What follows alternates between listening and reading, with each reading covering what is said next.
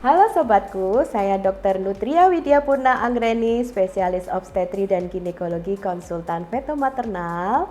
Kali ini saya akan membahas tentang kesehatan reproduksi wanita.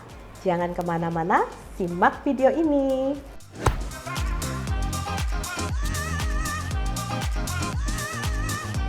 Jadi itu banyak banget ditanyain ya sama ibu-ibu. Kalau misalnya mau hamil lagi, sebaiknya jaraknya kurang lebihnya 2 tahun ya.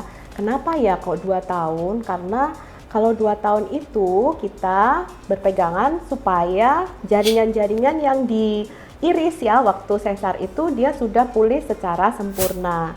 Terus sebaiknya ibu-ibu juga memakai alat kontrasepsi dulu supaya nanti juga perkembangan organ reproduksi, kemudian juga anaknya itu sudah tumbuh kembang sempurna dulu supaya sampai 2 tahun. Kalau misalnya mau dicoba lewat jalan lahir, persalinan normal, itu ada beberapa syarat. Nah, syaratnya salah satunya harus lebih dari 18 bulan atau 2 tahun. Jadi, kalau ibu-ibu mau menghitung kapan ya saya boleh hamil lagi setelah sesar, itu dari 2 tahun sejak sesar dan baru boleh hamil. Jadi gini maksudnya, kalau misalnya ibu ada hamil tapi jaraknya itu dinyatakannya hamil pertama kali, misalnya saya sesarnya di tahun 2025, berarti nanti baru boleh siap-siap hamil lagi itu di 2027.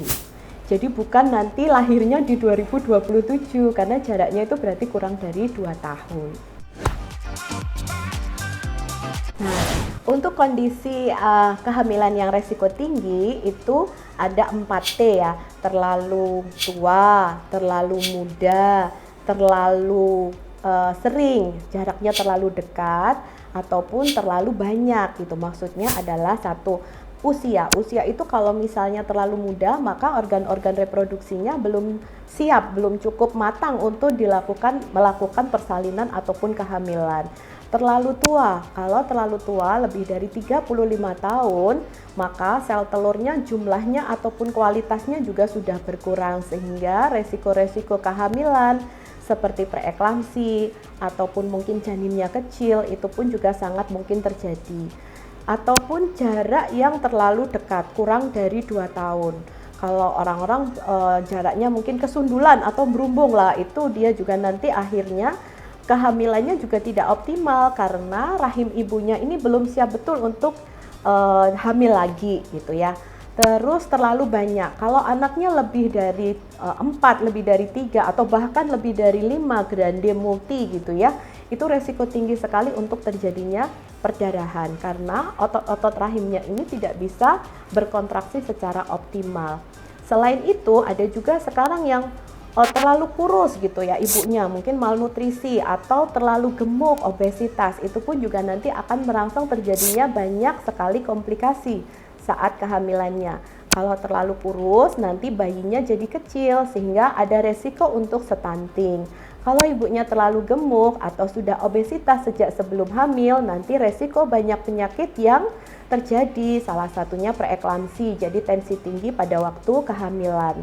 Atau ada juga kalau ibu itu mendapat ada suatu penyakit penyerta sebelumnya, misalnya hipertensi, DM, gula, diabetes, ataupun sakit jantung, atau juga autoimun. Nah, kalau memang ada penyakit penyerta sebelumnya, sebaiknya harus dikonsultasikan dengan dokter dulu apakah sudah boleh hamil atau belum.